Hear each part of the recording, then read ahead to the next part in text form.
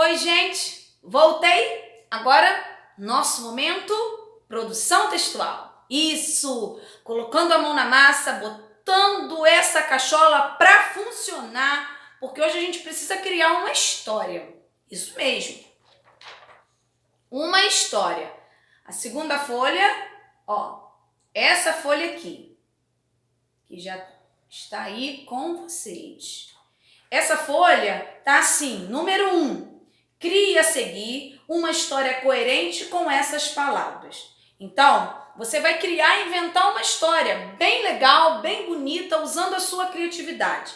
Mas no meio da sua história, você não pode esquecer que tem algumas palavrinhas aqui dentro desse quadradinho que você vai precisar colocar na sua história.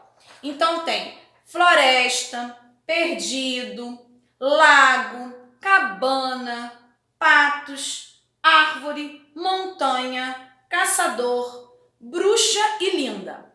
Então a gente tem aqui uma produção textual que você vai estar realizando nesse momento, colocando a sua criatividade aí para funcionar, caprichando na sua letrinha, caprichando na sua história.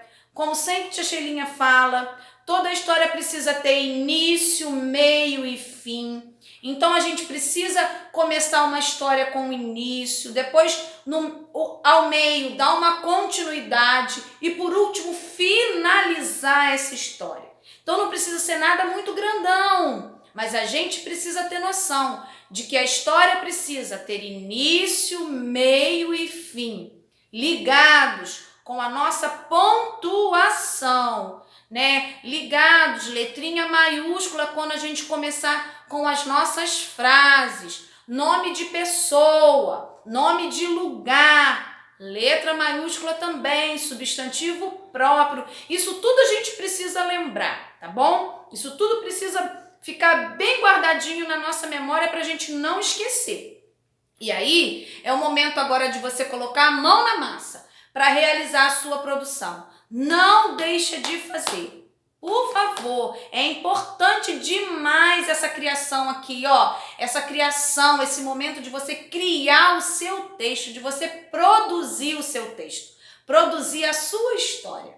Então agora é o momento de parar tudo, parar um pouquinho para pensar e colocar a cachola para funcionar. Aonde vai ser a minha história? Qual lugar que eu vou começar a fazer essa história? Vamos pensar? Vamos botar essa cachola para funcionar? Qual o nome dos meus personagens? Eu preciso botar personagens. Qual o nome deles? Então começa, ó, a pensar e, ó, devagarzinho já começa a fazer o seu registro e a sua produção, tá bom? Continua aqui pertinho de vocês, na nossa plataforma, até o final da nossa aula. Qualquer dúvida, posso ajudar, posso tirar dúvidas e estou aqui para isso, tá bom? Então a gente termina com a produção, tá?